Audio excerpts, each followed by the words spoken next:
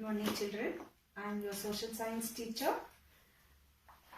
Children, we will continue with the chapter Power Resources. We have already learnt about conventional and non-conventional power resources we have learnt in the previous chapter, and about windmills also we have learnt, children. So next is solar energy, children. Let us study about solar energy.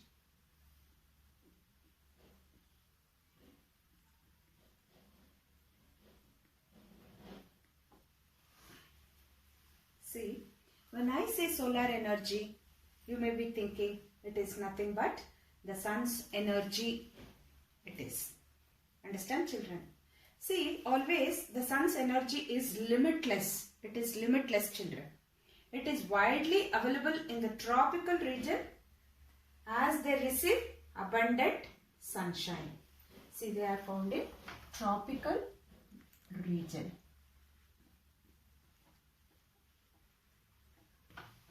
Understand? It is been available in the tropical region as they receive abundant sunshine.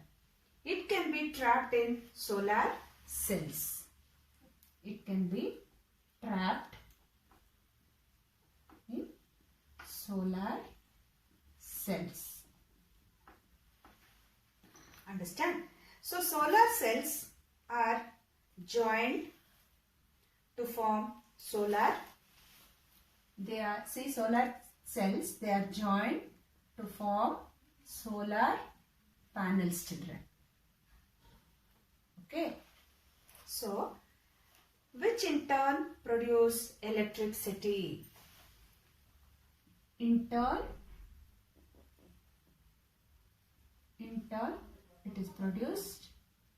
it produces electricity. Understand? It is also used for lighting,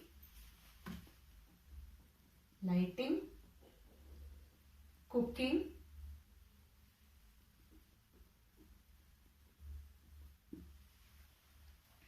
heating and cooling purposes. Heating and in industry say cooling purposes. Understand? See, children, once again I will repeat it. Solar energy is limitless, children. It is limitless. It is widely available in the tropical region as they receive abundant means lot, more sunshine. It can be trapped in solar cells. Solar cells are joined to form solar panels. In turn, produces electricity. It is also used for lighting, cooking and heating and cooling purposes. Some of the biggest producers of solar energy are, see, some countries here are Germany, China, US, Japan and Italy. Got it? In India, the major solar parks are found in India, it has been found in Gujarat, Rajasthan, Maharashtra, Tamil Nadu and Andhra Pradesh. See, in India, it has been found in Gujarat, Rajasthan, Maharashtra and Tamil Nadu and Andhra Pradesh, children. The next one is tidal energy. This is about solar energy. So the next one is tidal energy.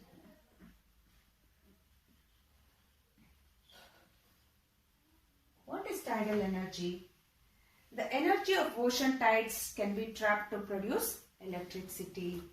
See, ocean tides trapped is, see, high tides and low tides you have learnt in 7th standard itself, children. This is known as tidal energy. It is used to turn the turbines and generate electricity during high tides. Electricity from this source is generated in France, UK and Russia. In 3 countries it is being found: France, UK and Russia. In India, it has been harassed in Gulf of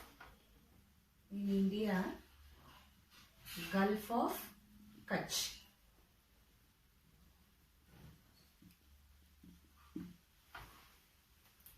See children, once again, the energy of ocean tides can be trapped to produce electricity, and it is also known as tidal energy. It is used to turn the turbines and generate electricity during high tides. Electricity from this source is generated in France and to some extent in UK and Russia. In India, tidal energy is harassed in the Gulf of Kutch. Got it? The next one is nuclear energy.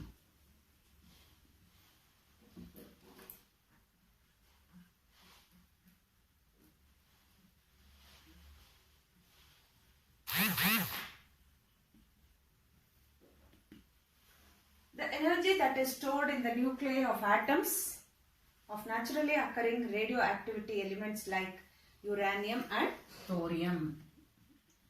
Uranium and thorium is known as nuclear energy.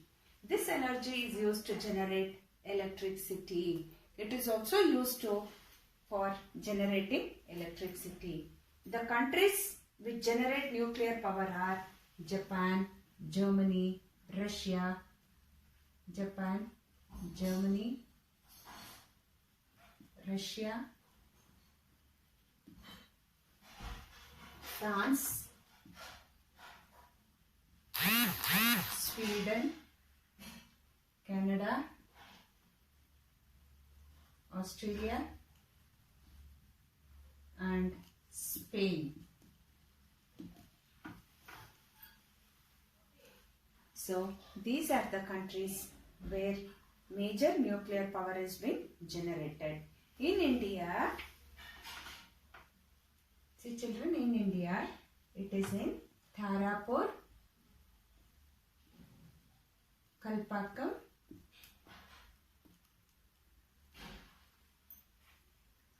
Rauthabhatta,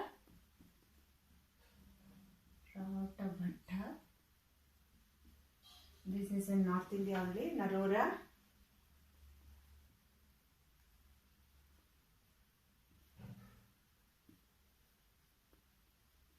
Kakrapar and Kota.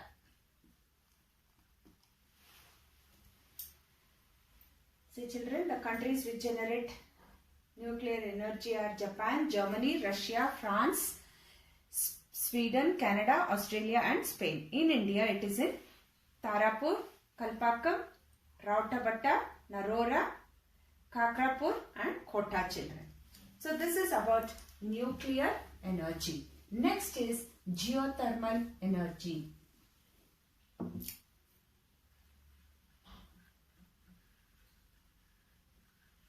Geothermal energy. What is geothermal energy? The energy which is being obtained by using the heat of the earth is known as underground heat of the earth is known as geothermal energy. Two holes are drilled deep inside the earth, understand children, and water is pumped through one hole, steam comes up from the other. This steam is used to generate electricity. Sometimes this heat energy surfaces itself in the form of hot springs. See, they will make one hole, and when it is drilled in the other hole, they will get steam, and this steam is only geothermal energy. Understand? And from this steam they generate energy, electric energy they are making it children. Sometimes this heat energy surfaces itself in the form of hot springs also. So the largest geothermal plants can be found in USA, New Zealand, Ireland, Philippines, Central America. Understand? USA, New Zealand, Iceland, Philippines and Central America. In India, it has been located in Manikaran in Himachal. Manikaran in Himachal Pradesh and Puga Valley in Ladakh.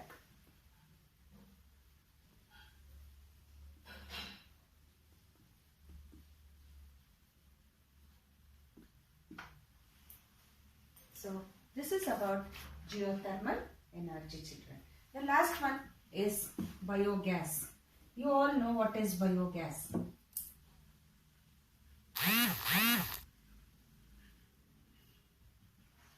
It is the dead plants and animal waste. Dead plants and animal materials. Animal waste also you can say, or animal material also you can say, children. So these two, that is animal dung and kitchen waste, are converted into gaseous fuel called biogas. Biogas is used for lighting homes and cooking. Biogas plants are common in India. Use of biogas is also prevalent in China. Even in China they use this biogas, children. So the last one is conservation of power resources. Conservation of power resources. So why should we conserve power resource? We have studied conservation of minerals in the previous chapter, conservation of natural vegetation, conservation of animals. All this we have studied in the previous topics. Today's topic, power resources, we have to study about why should we conserve power resource, you may be thinking. See, continuous and consumption of conventional sources of energy may lead to their exhaustion. See, you will not have it at all when we have this continuous process of using of all these power resources. It will not be there for your future generation at all. Therefore, we should use them judiciously and economically. To a limit only we have to use it, children. The following steps should be taken to save the resources. What are those following steps here is efficient utilization of resources.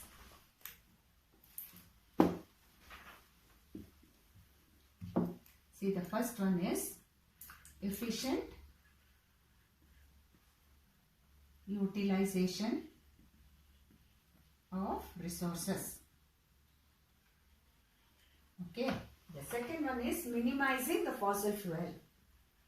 Minimizing the fossil fuels. The next one is switching off electrical appliances. You all know this. Switching off electrical appliances when not in use. The next one is recycling of resources. We have to always think of recycling of the resources.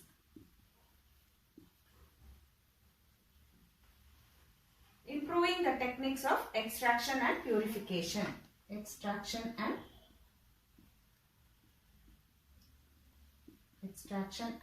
purification. The last one is sources, using alternative source of energy. Using alternative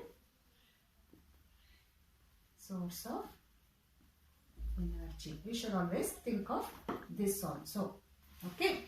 See, continuous consumption of conventional sources of energy may lead to their exhaustion. So we should think of few steps which should be taken to save these resources. That is efficient utilization of resources, minimizing the fossil fuels, switching off electrical appliances to save power, recycling of resources, improving the techniques of extraction and purification, using alternative source of energy and substitutes. So this is about our chapter power resources, children.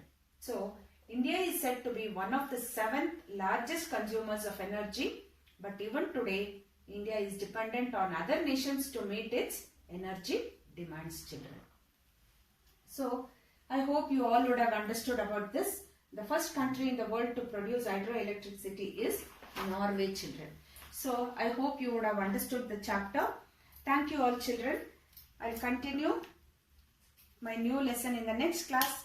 This is about the lesson power resources, and the leftover question and answers I have been given. Please write it in your classwork. Keep your classwork ready for your test. Study for your test once again, children. Thank you all. Have a nice day. Bye, children.